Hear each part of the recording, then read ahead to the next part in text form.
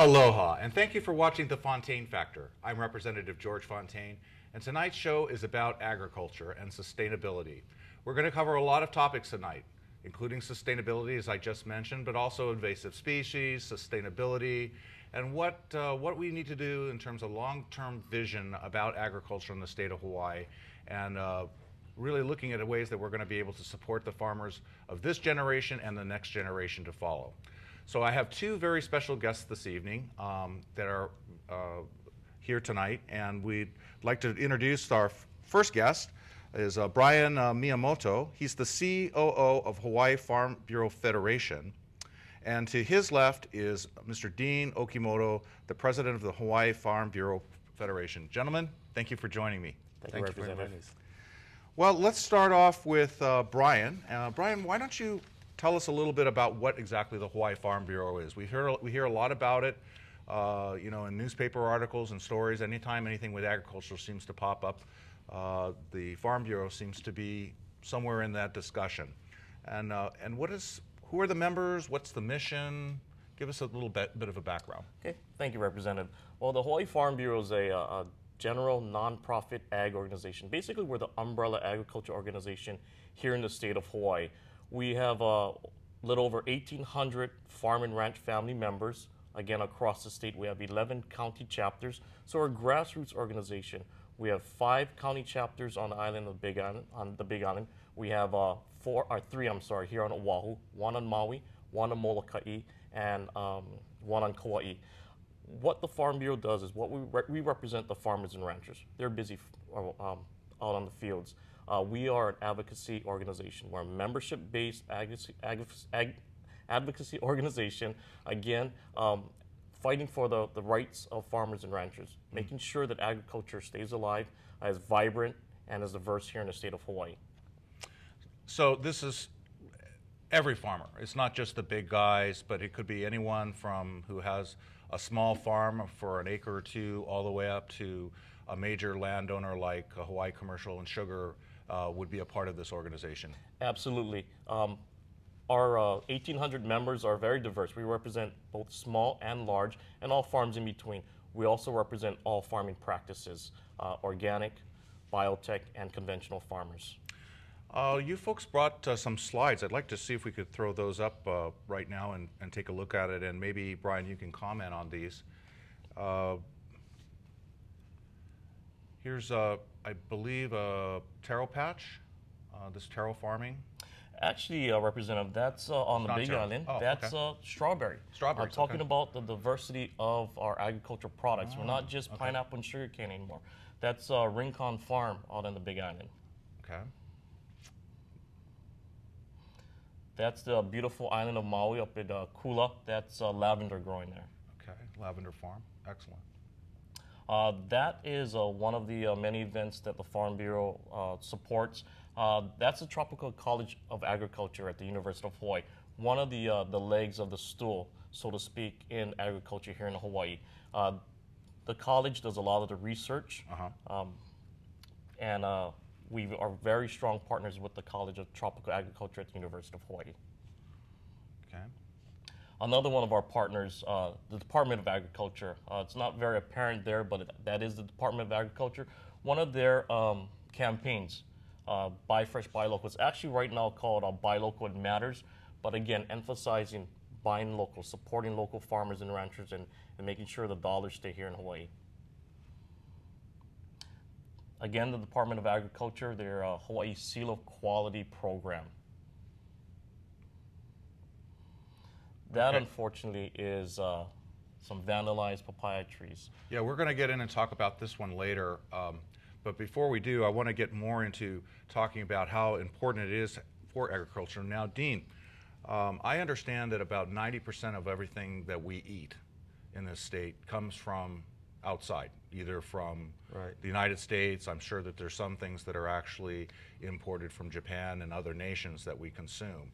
And I mean, I'm obviously very concerned about this. This is something that I have been very passionate about in terms of sustainability. You know, what happens if, we get cut off from the outside world and we don't have a plan in place to be able to have locally grown food to be able to continue to exist and to support and feed and nourish our population. What's your thoughts on? Well, I mean, a lot of it is, of course, a lot of the problems with agriculture that we have to deal with. You know, going forward, it's the land, it's the water, it's the transportation issues, it's the labor issues, it's invasive species, it's vandalism. You know, all of these issues affect all of our farmers across the board. You know, if land availability, for example, we did put in important ag lands legislation about 6 years ago, which is going to require landowners to put in 50% of their lands into ag going forward if their lands are designated for agricultural use. So we're looking at that. That's started working. Actually, Maui is one of the biggest contributors where A&B has put in, I think, over 30,000 acres on Maui has been put into the IAL designation, which is a great start for especially for Maui. You know, I mean, there's a lot of problems to get to that point of sustainability that farmers have to deal with, and I think the public needs to realize what these challenges are with water, with the cost of transportation, with issues that you don't have to deal with on the mainland. But I do think that probably one of the biggest problems for agriculture going forward is, we need our farmers to band together, big, small, everybody, to look at problems that we all have to deal with on a daily basis, labor, for example, and solve these problems as an industry, whether you're a big farmer or a small farmer. We all have these problems, and we need to band together and look at these problems rather than fighting about other issues that might be peripheral to really the growth of agriculture going forward. It's not the type of agriculture that we're doing. We need to look at the problems that affect whether you're a papaya farmer or a vegetable farmer or a flower grower, because it all affects water, land. All of these things affect all of us as farmers. Those are the issues we need to concentrate on. Do you see the problem in some respects as like, not in my backyard, but I mean, more so it's like, well, that doesn't really concern me, so I don't care? Is it a communication problem? Looking at how we can try to solve this problem going forward, how do we do that? How do we get everybody together? Yeah, I think, a lot of it is, farmers are farmers. We're most guys are on their farms farming, so to discuss the issues, to get these issues to the forefront, right. Takes organizations like the Farm Bureau, for example, to start taking these issues out to the public, and we've slowly started doing that. I think people are starting to see it, and that's where the demand for local agricultural products has started to rise since we've done, for example, the farmers markets, right, that Farm Bureau has started on all islands. And I think going forward, those are some of the venues where we need to educate the public as to some of these problems, rather than fighting about other issues that are, like I said, on the periphery of agriculture. They need to understand that transportation, getting stuff from Maui to Honolulu, that adds a certain percentage cost to that food that's on that plate. And how do we mitigate, or how do we help that farmer become competitive by getting their product here? Well, I think it was really disappointing when we lost the super ferry, because that was an avenue for a farmer could put the strawberries on the truck, and he was in Honolulu the same day, could offload it, and he could sell it. It was a real loss, and I was very disappointed that we lost the legislation that would have allowed food to be certified to be sold here locally as an alternative, as a voluntary program that people could have signed up for as a farmer, and would have assisted in getting some certification process, because a lot of these major chains like Safeway and the Whole Foods and others, Costco, won't take your fruits and vegetables unless they've had some sort of certification. Correct. Because they want to make sure that that it isn't contaminated with E. coli. I understand the reason for setting up the rules, but at the same token, how does a small farmer meet these rules? Yeah, meet those rules when it's so expensive to go through the process that exists now. And I think it's something that maybe in the next legislature we should really take a look at again. And I think there was a lot of misinformation about that. People were hearing things that were not necessarily true. And I think in the long run it would have really helped small farmers. Yeah, I mean, you know, the purpose of that was, I'm a small farmer. I went through the food safety certification, the good agricultural practices, the good manufacturing practices. So I kind of know what the questions are. And you know, on the federal level, on the third-party certification levels, they're all geared to large farms. And they don't take into account whether you are a small farm or a big farm. What we were trying to do with that legislation was to take that into account, to make sure that the state was going to take that into account in doing the rules for the farmers on food safety certification. Right. So that you don't have to go to Safeway and Costco and get 2 different certifications, which is right now what you would have to do. So going forward, what we wanted to do is cut down that cost and make sure that small farmers would be able to market their products to everybody. And we're still trying to do that going forward, because with the federal guidelines that are going to come out, they're going to be, you know, everybody thinks that there's an exemption in there for small farms. And there is, but it still requires you to register your products and be able to trace back to the farm and to where it's picked. So that's about 80% of food safety anyway. Right. So it's not really an exemption, because you're still going to have to be required You got to to trace do some back. trace back. You got to trace back. Yeah. Brian, I know that one of the things, in fact, we showed the slide earlier that of the vandalism. If we could put that slide back up again, I wanted to talk about that a little bit. We've had a real problem with, I guess, vandalism and agricultural theft in the state. Fortunately, I believe we had some good bills on agricultural theft passed this year to provide some protection on that, requiring that vendors have ID and they be able to show proof that they actually own it.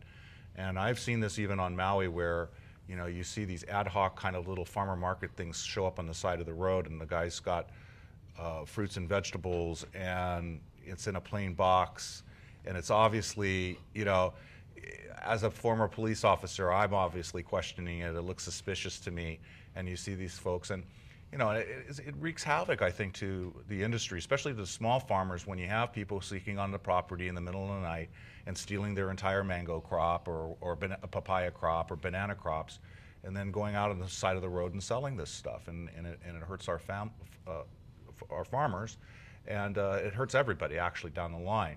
The other issue too has also been crop vandalism. So maybe you want to speak about that, and if we could put that picture up and show this, I believe was on Kauai. Am I correct? It's actually the Big Island. Big Island, okay. This is one of many instances, one of many different crops, different sizes. Agricultural theft and vandalism is rampant. It's big. It's a lot bigger than people realize. A lot of times it goes unreported. What the Farm Bureau has done in the past years, and including this year, and I'll touch upon the legislation this year, is work with the legislators, with policymakers to increase the penalties, to make it harder, or to punish those that commit these crimes against our farmers and ranchers, because yes, it is their livelihood that they're taking. Just last night, I mean actually over the weekend, we had out in Waimanalo, a farm got hit, and they got hit that night, and obviously they weren't caught, but they didn't finish the job, so they came back the following night to take whatever other crops they could take. It happens all the time. It goes unreported. This year, piece of legislation that the Farm Bureau introduced and supported was to make it harder for these that do sell or do steal from our farmers and then try to turn around and sell it. Make it harder. There's a lot more identification that's needed. You need to show your driver's license. You need to show, if you're driving a car, the license of the vehicle that the products are being sold from, not necessarily from, but that are transporting these products. What the Farm Bureau has been doing has been working with the police departments, not just here in the city and county of Honolulu, but the neighbor islands, but also with the prosecutors and even the Attorney General, and try to come up with a strategy, something that we can do to help our farmers and ranchers. I mean, they're getting hit all the time. Folks, if you're just joining us right now, we're talking about agriculture, sustainability. We're now talking about theft and vandalism of agriculture, and we're going to be talking about invasive species shortly. But I'm Representative Fontaine. This is the Fontaine Factor, and joining me today is Brian Miyamoto, who's the COO of the Hawaii Farm Bureau Federation. And also with me today is Dean Okimoto, President of the Hawaii Farm Bureau Federation. And we're just diving into the vandalism issue. You know, and I think that's what the points that you're making in terms of working with the police is so very important, because I think a lot of times these officers who respond to these kind of cases, they don't really see them as a victim crime, you know? And you know, a young officer who responds out to a farm and the farmer reports, yeah, I just lost, you know, 2 acres of strawberries or whatever. And so people don't make the connection. It's like, hey, you know, brother, you're getting a lot of strawberries, you can share, you know, and they don't realize that how expensive it is to farm. Absolutely. And all the costs that are associated with that, and how every single viable fruit is needed in order to continue to make that farm being able to survive. And we can't look the other way, and I think it's great that we've had that legislation, and I think the theft aspect of it too. What do you think the motivation on the vandalism is? Is it just kids, or is it people that are against things, or what? I mean, a lot of it is guys that are you know, struggling and having a hard time, and they're selling it to make some money. A lot of it is drug related, probably. You know, trying to make some money to. But why damage the crops? Damaging the crops, that's another issue. That's you know, we don't want to surmise why. It's unfortunate, but again, talking about what we've done as a Farm Bureau is, again, worked with our policymakers to address damaging the crops. It's one thing stealing a crop off the vine, off the tree, off the bush, but when you cut down the tree's gone. So some recent legislation was that we helped to pass would take in consideration the lifetime production of that tree in calculation of those damages. Why they're doing it, we don't know. We just know that it's wrong. They're affecting people's livelihoods. Yeah, a lot of it. I mean, this particular farmer on the Big Island, I mean, his kids were in college. He had to pull them out of school because he couldn't afford to send them because his crop was gone. He did get some community support in trying to replant and things, but you know, it's scary to think that you got guys on there with machetes chopping down trees on your property, and you're affecting farmers that have, I mean, it might have been for political reasons. I mean, this is the issue of biotech versus, you know, regular, but you know, you got to think that these are farmers that aren't involved in these issues, and they're just trying to make a living growing a crop, and to have that kind of damage done is just well, and I know that I know that there's been other issues too where I kind of recall, in fact, when I was a police officer, we had a Native Hawaiian group that, you know, set up on Ulapalakua Ranch and actually started building homes, claiming that, you know, the ranch had no business being there, and then some other incidences arose out of that because the ranch was saying, hey, look, you guys can't be here, it's private property, we do own it. And so there was that whole issue that we ran into with that.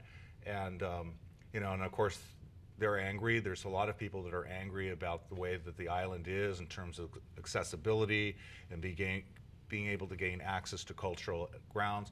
I think we did some problem solving with that in terms of coming up with the legislation that helped on the liability factor of farmers. So like if somebody comes and trespasses on your land and you break your ankle, you can't sue the farmer. And I think that was a big plus for farmers to know that at least they got some coverage. I mean, anybody can be sued anyway, but at least this way it provided some legal protection for these farmers so that if people came on there and they did bad things, that, you know, the farmer wasn't going to be held responsible. Right. So now invasive species is a huge problem. Maybe who wants to speak on this? And we'll probably both speak. Okay. Okay. Now I think when people think of invasive species, they think of little insects or bugs in their apples or something, you know, pokey frog or something like that. But actually, invasive species runs a whole gamut. Why don't you folks talk about that a little bit? You know, I mean, it's one of the major problems in agriculture today, especially for Hawaii, because it's such an inviting climate where, you know, any kind of bug can survive 12 months out of the year. And so we're very prone to any kind of invasive species, including plants, animals, whatever, you know, to come in. And truthfully, there are between 20 and 24 new bugs on average new invasives every year that come into Hawaii that farmers have to deal with, that the public has to deal with. You know, I mean, some of them affect the public, like the coqui frog, for example. But, you know, every year I'm dealing with a new bug on, say, lettuce, or every other year, and you got to stop your production and figure out how you're going to control that bug. And there's no protocols that we know of, you know, at the time, so you may lose crops to this type of thing. So, you know, I mean, getting the inspectors to, you know, we had how many? 29 new inspectors. 29 funded by the general fund. Plus, we had the addition of the agricultural dogs. The dog detector program Right. was reinstated. Yes. But I mean, going forward, this is still really a Band-Aid on the situation. I mean, we advocate for a biosecurity facility at Honolulu Airport that would monitor all the incoming things that come in here and go to the outer islands. I think we ran into a snag with that. Is that the airport monies couldn't be used for anything but the airport, and so we hit a wall with that. So, but I believe, you know, we can come back again next year and take a look at better ways that we can address that. Yeah. But now it's not just plants. I mean, we're talking about, we had an incident where we had a pest that went after the koa wood. I think it was, koa. It was the koa wood. No, it was willy willy. Willy willy. It was the willy willy that attacked the willy willy. Now they were able to I think they brought in a wasp or something that combated that. But we're also dealing with the challenge of this mite that goes on bees. Right. And, you know, in fact, it's such a problem on the mainland that Hawaii now, from what I understand, has been one of the world's exporter of queen bees. Correct. Because we've managed to dodge this. But then I understand on Oahu, I'm not sure if they found it on Oahu or not, but, you know. Yeah, it's on Oahu. The varroa mite, yes. You know, if it's on one island, unfortunately, it'll get to the other island. Like we just the trade wind will blow the bee. The mongoose on Kauai. Yeah, it's almost inevitable at some point that it will get. And Kauai doesn't have it, by the way, yet. I don't think. But you know, I mean, it's affecting the queen bee population on the Big Island and their businesses over there. Sure. So you know, finding controls for these are, of course, $1 short and a day late. You know. Well, and if you look back into history, what we've tried to do with our meddling of the environment, right? We brought the mongoose over to kill the rat, and then, oops, the mongoose kills the birds. Yeah, kills the birds instead, and the rats come out at night when the mongoose sleeps. So it was like, you know, and then I think we've had some other things too, where we tried to solve problems in our ocean system, where we've imported certain kinds of fish that came in, and then they basically moved in and blossomed, and that took over Ta'api and all of these things, you know, that these fish came in and took over entire ecosystems on the reef, and none of the local fishermen wanted to eat the Ta'api, you know. So we got to be really careful when we do it. We've had some success, like with the wasp, but I think there are more safeguards in place now, and then we also have the coffee borer, right? CBD, coffee bear borer. One of the keys, Representative, is what you hit earlier. We import 90% of our food. If we import, things are going to come in when we import them, not just on our food, but everything else. But we're focusing on agriculture food. What we need to do is increase our capacity, our production here in Hawaii. Import less, import replacement, less things coming in, less chances that they come in with those things that are coming in. Also, we touched upon the inspectors. That's the first line of defense. And, you know, we're pleased with the legislature for funding some positions, but as Dean said, we need more. These are the frontline guys. These are inspecting the things coming in. These are going to at least stop some of the pests coming in. You heard Dean with the 24 new invasive species. We've got the beautiful climate year round. And we've got very little natural predators.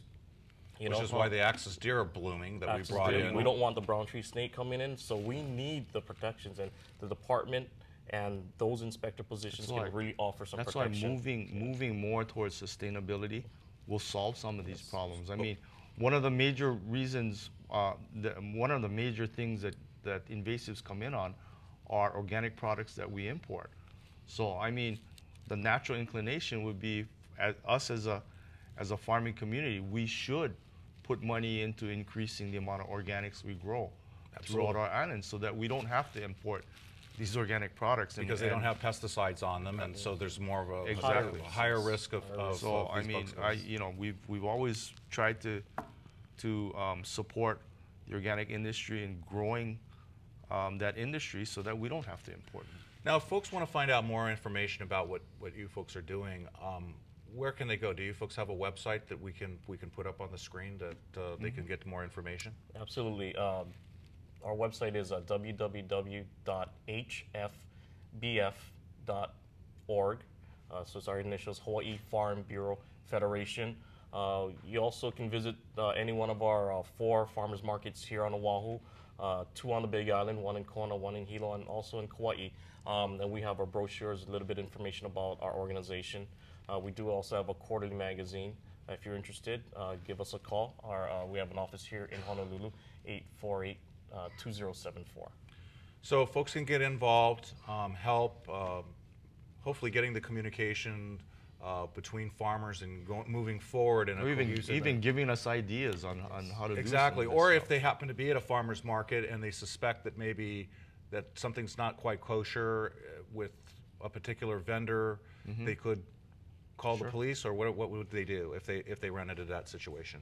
Yeah, I call the police, or even if it's one of our markets, which I highly doubt because we monitor that. Right.